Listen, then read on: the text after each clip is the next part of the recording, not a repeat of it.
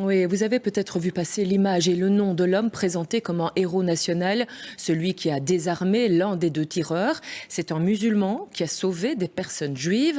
Alors cette histoire, elle a pourtant fait l'objet d'une autre version, via un faux site d'information peut-être généré à l'aide de l'intelligence artificielle. Explication Chantal Kuhn, Olivier Van Gelder et Corentin Laurent avec l'équipe de Décrypte.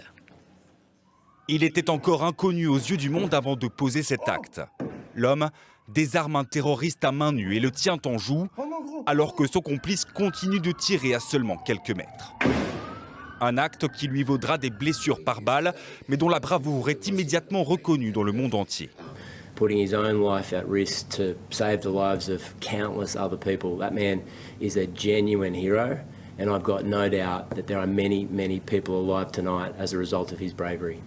Et alors que parmi les victimes, il est emmené d'urgence à l'hôpital, son identité est révélée par un média local. Il s'agit d'Ahmed Al-Ahmad, un Australien de 43 ans d'origine syrienne, un père de 2 enfants qui tient un magasin de fruits.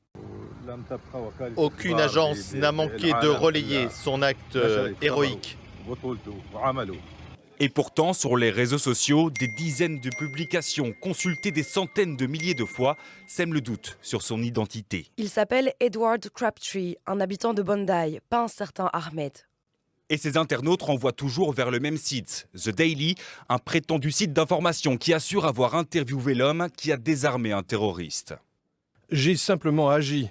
Edward Crabtree, habitant de Bondi, désarme un tireur lors d'un terrifiant attentat. Cet informaticien de 43 ans est salué comme un héros national.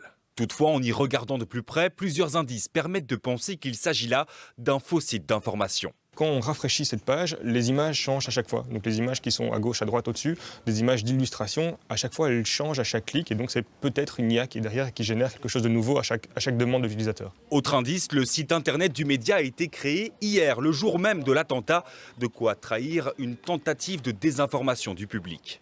Il lui a fallu probablement quelques minutes pour générer un site d'information qui, à l'œil nu, apparaît tout à fait crédible. Depuis, le site a été retiré du net. Ahmed, quant à lui, a reçu la visite des autorités ce matin dans sa chambre d'hôpital.